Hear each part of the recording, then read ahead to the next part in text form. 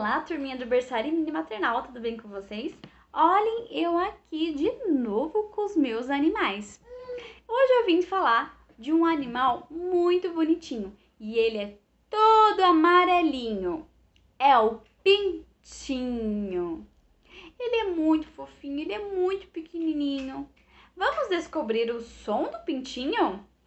Seu Lobato tinha um sítio, ia, ia, ó. E nesse sítio tinha um pintinho, ia, ia, ó. Era piu, piu, piu pra cá, era piu, piu, piu pra lá, era piu, piu, piu pra todo lado, ia, ia, ó. O som do pintinho é piu, piu.